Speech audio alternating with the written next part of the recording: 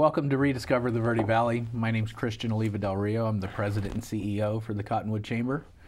And with me today is Damien Browning. He's the CEO for Steps to Recovery Homes. And I'm pretty excited that you're here, Damien. It seems like every time I talk to you, I find out something new about you. And you're a busy guy. You know, you're doing a lot in our community, and like people to get to know you a little bit more. So can you give me a little bit of history, a little bit of background? When did you come to the Verde Valley? And Yeah. Chris, how long you been here? First of all, thanks for having me here. You're welcome. And I do a lot in the community because I took from the community for a long time. Mm-hmm. So I came here in '92. I moved over. I was originally raised in Joshua Tree, California. Mm-hmm. And my grandma, I lived with my grandma and my grandpa, and they actually had a place. They bought a place in Cornville. Yeah. And we'd come over during the summer, and I really liked it here because in Joshua Tree there's no water at all. Right. So they have a place right on Oak Creek. So I'd come over and fish and stuff like that. So, and in '92 I ended up graduating high school, and I moved over here. Mm-hmm. Cool. So you've got kids and stuff here? I do, yeah. 3 boys, I hear. Yeah, I have 3 boys. My youngest one just graduated 8th grade from Clarkdale Jerome last night, Chance. Yeah. And then I have Joey. My youngest one's 14. My middle one's 15. Joey, he lives in Chino with his mom, comes over. Right. And my oldest one is 19, Owen. Yeah. Great. Yeah. So married? I am remarried, yes. Congratulations. Yes, That's awesome. Remarried, yes. That's been a struggle to keep that. Been some challenges. No, it's great. She's great. She's a great woman. Right. She accepts me for who I am. She's a very good mentor and teacher, and she's wonderful. Right. You know, she's really straightforward. Yeah, that's good. And she's a great business partner too. Yeah, right? and she's got a lot of integrity. Yeah. It's good. Cool. So so what was it that really brought you here? You know. To the Verde Valley? To the Verde Valley. Well, change. I just wanted change. You know, I never really felt okay with me. You know, my parents weren't really in my life all the time, and I felt like I was just, you know, I was defective. Right. So I was using substances all the time, and I thought, you know, my life really wasn't going forward where I was at. So I thought I would do a geographical and change, and I could start my life over. Right. But then you came here, and you kind of found the same stuff. Kind of found the same stuff. Yep. I know. You know, it's interesting because we were talking about that, right? Yeah. Was that you know, a lot of people don't know that, you know, I moved here from California over 24 years ago, and same thing. You know, I was, you know, dealing with substances and had my addictions, and had to step away and leave everything that I knew there, and came here. Thinking, you know, and it was going to be a bright, new, shiny thing. And it was always that for me. If I could just get the right job or the right girl or the right place, or, you know, then I could put my life together, and I know I was a good person, and But then we came here, and we discovered there's a lot of the same stuff here, right? Yeah, because I wasn't focusing on why I was doing that stuff. Exactly. That's the key, I think, and we were kind of touching on that too in some conversations that we had, that, you know, if you don't realize the root of the issue, Yeah, so that's really, you know, that's really what I'm about today, is trying to get people to embrace their purpose. I never knew I had a purpose. Yeah. I never knew I deserved things. Yeah. You know, I didn't know why I acted the way I did. I knew I was a good person, but I made bad decisions. Yeah. And you know, now today I've done a lot of work, and I'm able to make better decisions most of the time. I think 95% of the time I make pretty good decisions. Yeah. Right. You know, it used to be the flip side. It would be 5% of the time. Yeah. So I acted on impulse, and I'd react to things, and I'd just do what I wanted to do. Sure. And I'd blame everybody else. Right. And today it's different. So you've been clean and sober since, what, 2006? 2006, yeah. Right. Yeah. So, you know, it's not easy. How did you do it? Well, and that's, you know, I don't want to get, that could be a day-long conversation. Right. I mean, I was really locked in my addiction. I was doing things against my will. I was neglecting my children, and I was doing some bad stuff, and I got in trouble.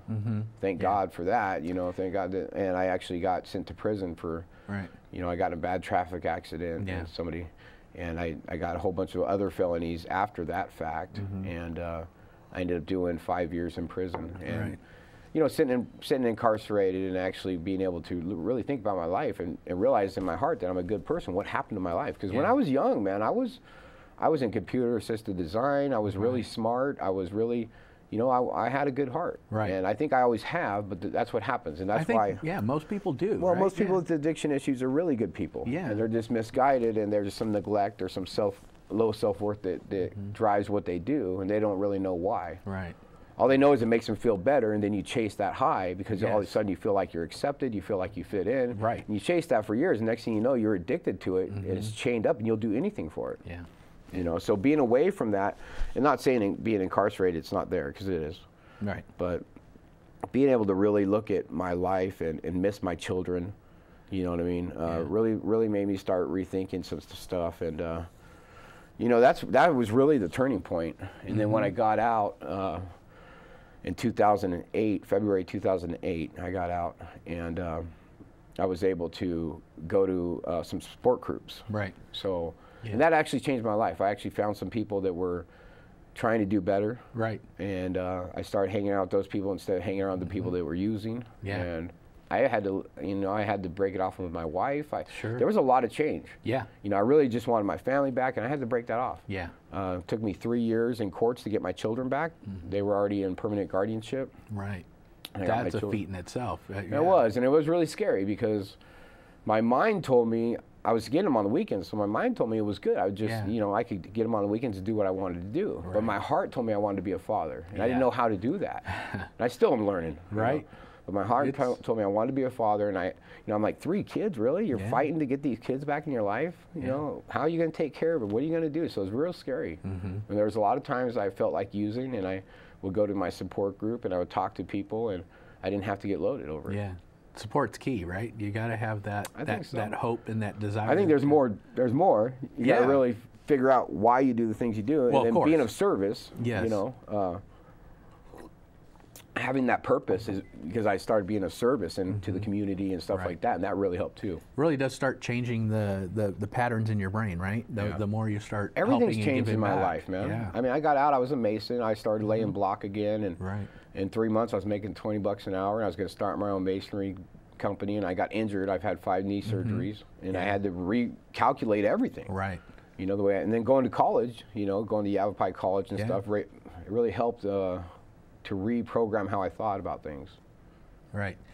Yeah. You know, it kind of that really surprised me that, you know, actually you and I both went and took a lot of the same courses at Yavapai. So we're working on computer systems, applications, and we're working towards an IT degree, huh? You know. I was. Yeah. So you've actually received your associate's degree, right? I did. Yeah, I have my associate's degree in computer systems and applications. Right. And then so from there, what'd you do? Well, and I mean, and I was doing really good in school. I was really, I hadn't been to school in 18 years, so I was really afraid. Yeah. I thought I was a failure. I wasn't gonna be able to do good. And I did really good. I got a lot of scholarships, and I got the all Arizona Academic Team Scholarship from USA Today, and they paid for my bachelor's to NAU, so I started going to get my bachelor's degree.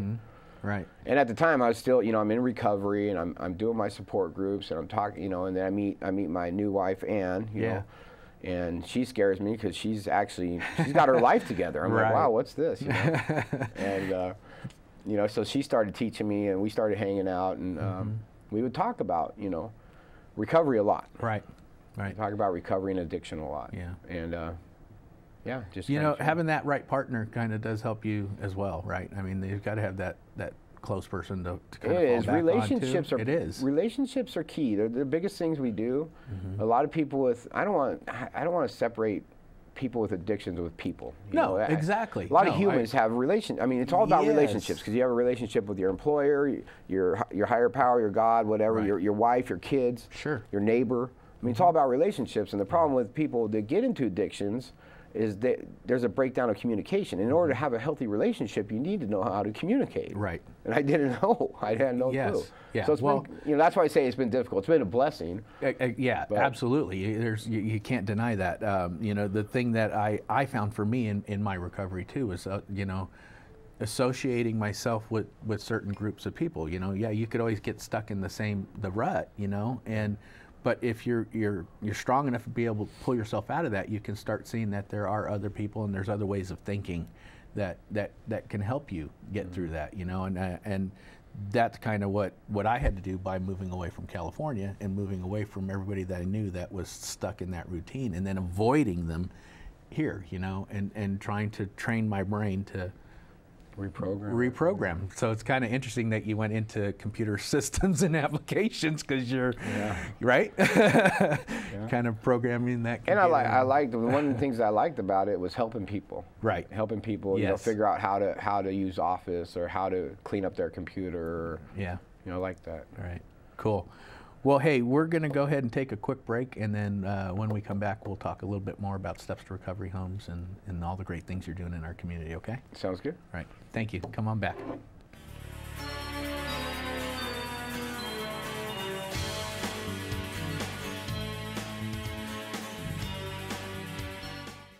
This is Bruce Morrow, Transportation Manager for Cottonwood Area Transit.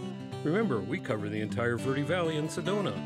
Cottonwood Area Transit has you covered wherever you want to ride in the Verde Valley, all day, every day. Take Cottonwood Area Transit through Clarkdale, Verde Village, and from 26 locations in Cottonwood. With Verde Links, it's a quick and easy trip to Sedona every day. Don't forget our connectors to Camp Verde. Visit cottonwoodaz.gov for Cottonwood Area Transit and take a seat. Let's go ride. There are people who struggle with addiction and homelessness. Sometimes it may feel like there is nothing we can do to help. But there is. You can make a tax-deductible donation and help those in need transition away from homelessness. When you give someone a handout, you could actually be supporting an addiction. A better life starts with better health, especially for those living in the streets. Support solutions, not addictions. You can make a difference. Visit cottonwoodcares.com.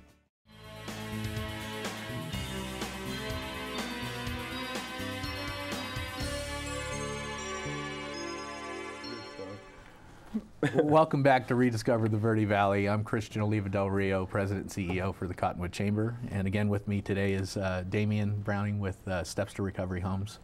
And you know, we were just talking at the break about communication, right? It's a little bit awkward, right?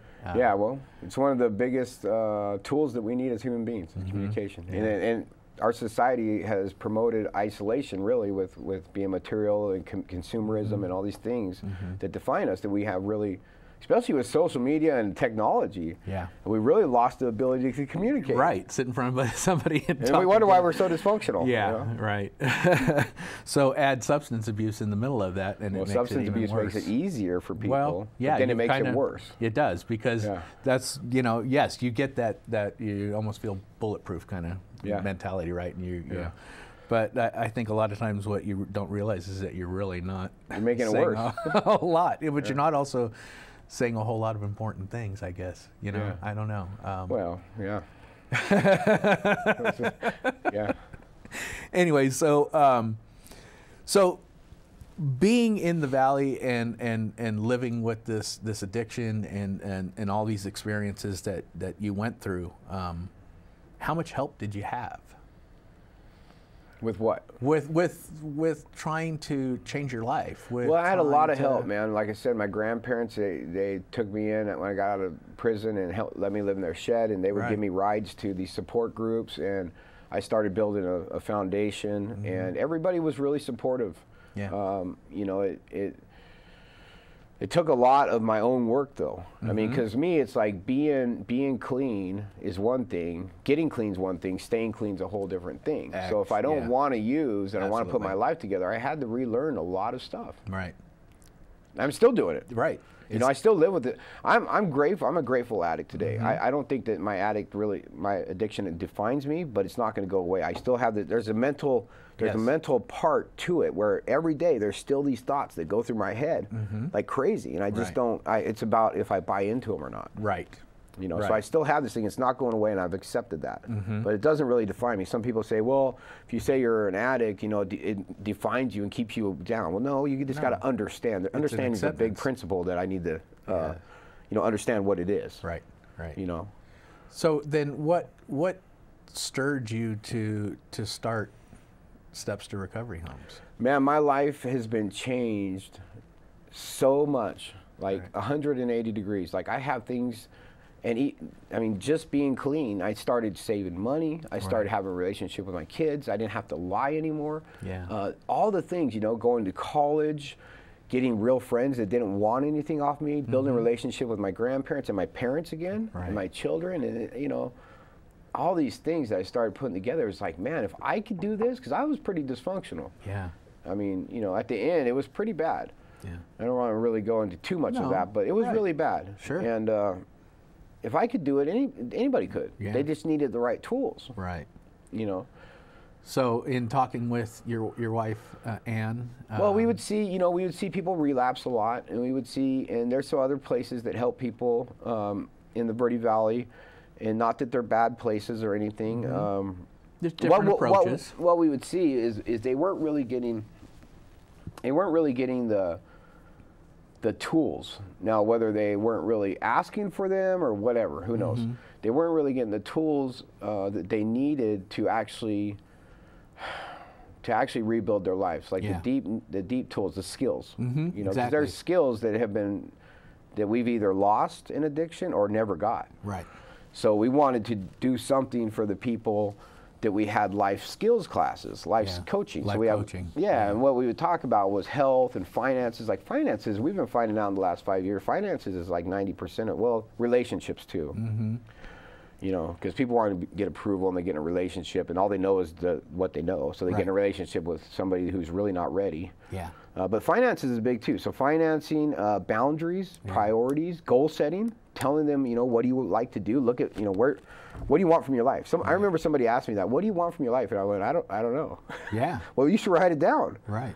You know, so I talk to people about that all the time. Write it down. What do you want? Let's start going there. Right. You know? Have you ever, just when you were talking about finances, have you ever gone back and figured out how much you've actually spent on?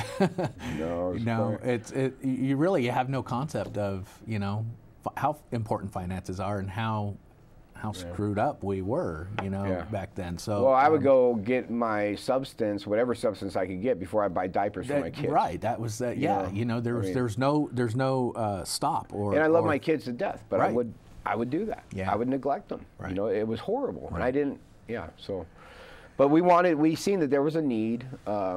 Obviously, there's a need. You know, there's a lot. Addiction is huge, right? It's been getting huge. It's getting noticed now because more and more people are dying. Yes. But it's been a huge problem. It affects our schools. It affects our neighborhoods, our employees. Every I mean, I'm going facet around. of our communities. I go around all the time, and people can't. They're calling me all the time. Damien, you got any clean and sober workers? Well, you know, it's really bad, and it's getting worse. Sure. You know, our society has bred this thing where this isolation and separation of what's real, and it's just getting worse and worse. So the need is there. Yeah.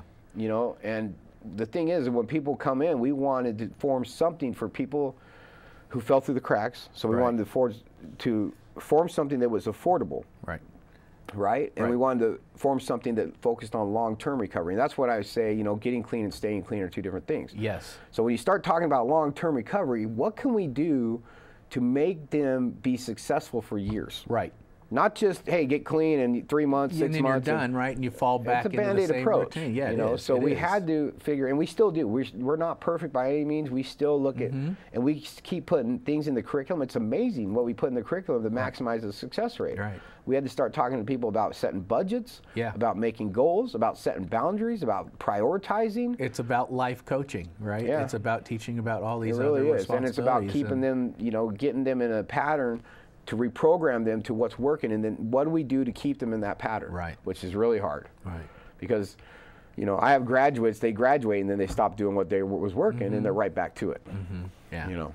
So, so you started in 2013, right? Yeah. And my wife and I, you know, it was crazy how we started this, because I got a call from her. She said, go down and check out this place for rent. And I said, well, why? And she said, just go. And I went down there. It was John D. Batista. I knew him. Yeah. And he was renting this place in Old Town, and I told him what we were looking at doing, and he rented it to us, and we started the Hope House. Right. And we went and we got 3 credit cards, and we filled that place up, and it was a co-ed, and it was women and men, and there was upstairs for the men and downstairs for the women, and we had the life coaching session in the middle, man, and we just started doing it. We started. You know, the first month it was one person. Yeah. It was awesome. Yeah, but we just, you know what, we built it, and it got bigger, and we ended up getting, real quick, we got another house for women because we had to separate them. Right. So that was something we learned real Thank God quick. for your passion and jumping in and you know, taking that first step. You know. So how many homes you have now? Just the two. You know, it got really big. We had 2 really big homes, and we had to downsize. Right. Because you know we've taken loans out of our own home just to keep the organization open because we're so passionate about it. You know, it's not really a money-making business.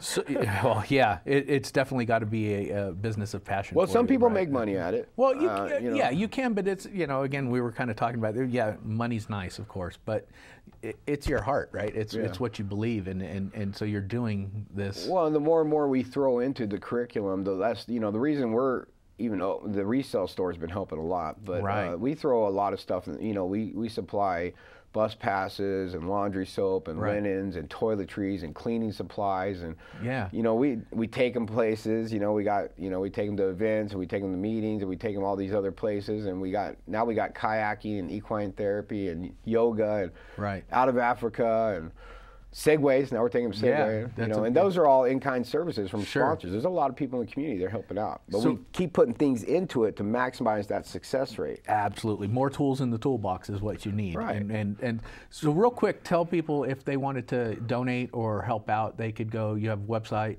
We do stepstorecoveryhomes.org. Right, and you've got lists of things that you might need there, or we need all kinds of stuff, man. We need life coaches. We need right now. I just got, you know, we got a van donated last year, and it's too small. I'm getting more guys in the house, so I'm going to need a bigger van. Right. You know. Great. Well, we're going to take a real quick break, Damien, and then we'll come back. We'll talk a little bit about that, and then you've got a pretty big event coming up at the end of the month, Erase the Stigma, and that kind of speaks volumes to me there, that event too. So we'll come back in just a few and talk some more. All right.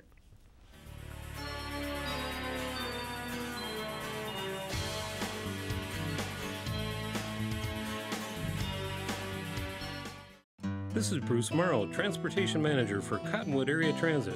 Remember, we cover the entire Verde Valley and Sedona. Cottonwood Area Transit has you covered wherever you want to ride in the Verde Valley, all day, every day. Take Cottonwood Area Transit through Clarkdale, Verde Village, and from 26 locations in Cottonwood. With Verde Links, it's a quick and easy trip to Sedona every day. Don't forget our connectors to Camp Verde. Visit cottonwoodaz.gov for Cottonwood Area Transit and take a seat. Let's go ride. There are people who struggle with addiction and homelessness. Sometimes it may feel like there is nothing we can do to help. But there is. You can make a tax-deductible donation and help those in need transition away from homelessness. When you give someone a handout, you could actually be supporting an addiction. A better life starts with better health, especially for those living in the streets. Support solutions, not addictions. You can make a difference. Visit cottonwoodcares.com.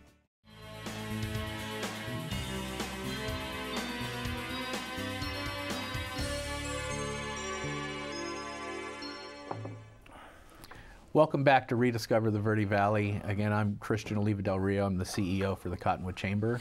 And with me today is Damien Browning with Steps to Recovery Home. And man, we start getting into these conversations, Damien. We can go all day on it, huh?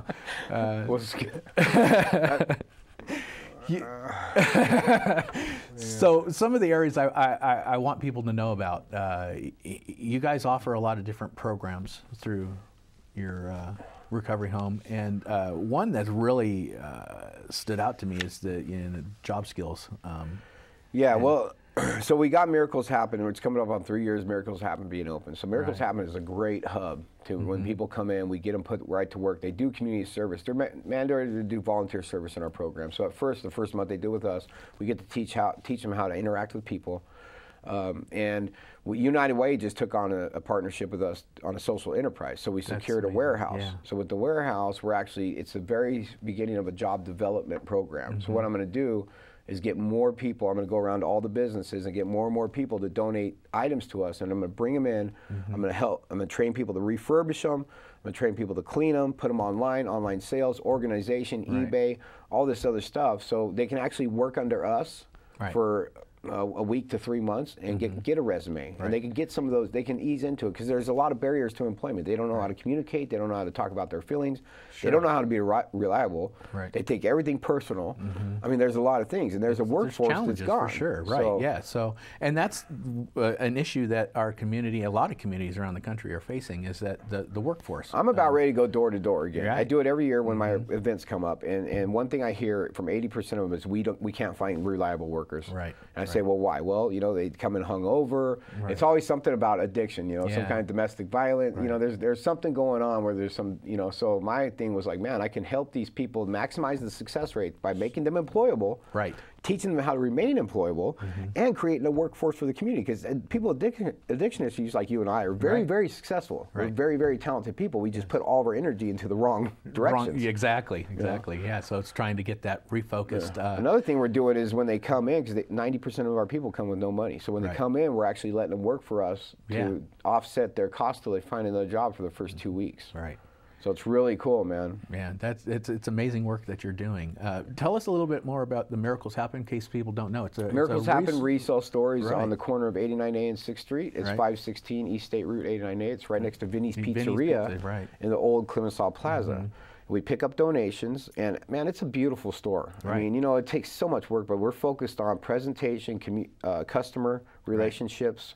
Yeah. You know what I mean? So we're trying to focus on getting a little bit higher nice end items, but keeping them at real close to a thrift store price. So everybody. And what's cool about the store is now people that are homeless, people that come into us, we are able to clothe them.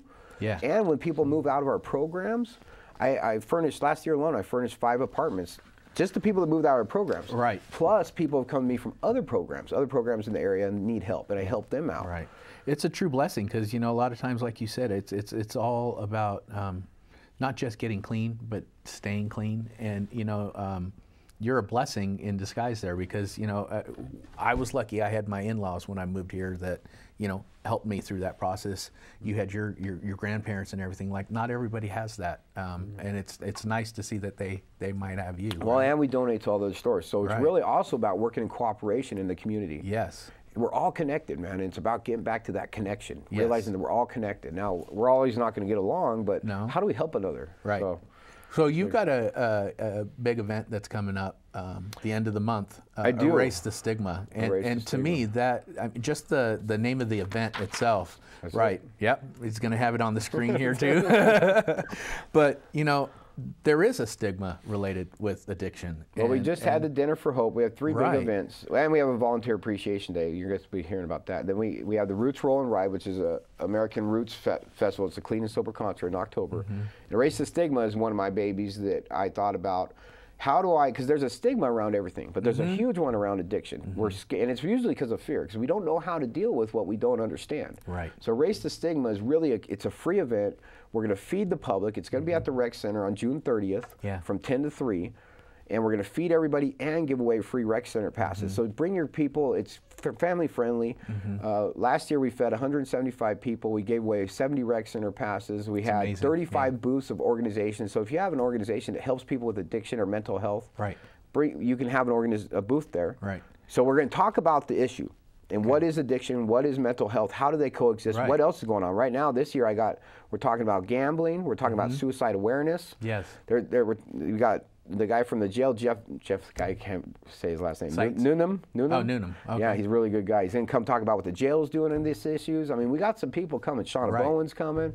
It's really cool. So you've got what, like 5 different I got 5, speakers? yeah, 5. And then we got somebody coming talking about adverse childhood experience. Right. Which is the ACEs, which is really why a lot of this stuff happens. So you can get some information about what it is, and then you can get some resources about what to do. So if it happens in your life, it's going to happen. Addiction's just getting worse. We got 175 people a day dying of an overdose. Right. That's just an overdose. That's just people that die, right? That's so scary. it's going to hit you, and when it happens to your kid or when it happens to your neighbor or your employer, you're going to have information and some kind of understanding, so you're not scared of it. Because once you're scared of it and you avoid it, it compounds it. Right. It makes it stronger. Right. So that's the whole thing. Erase the Stigma is something I've been wanting to do forever. And we put it on. It's the 3rd year we're doing it. It's amazing. So, and they were asking me to do it around the state, so I'm going to start doing it around the state too. Very nice. So you're getting a lot bigger there, Damien. Yeah. We really appreciate everything that you do in our community. I wish we had more time to talk about this. We need more time. We need more time. Quickly tell people, again, the website is stepstorecoveryhomes.org. Come by and see us at the Rediscover store. You know, we're looking for volunteers. We're looking for donations. We're actually a member of the Arizona charitable organization, so you can donate and get a tax credit. Right. So it's $1 for $1.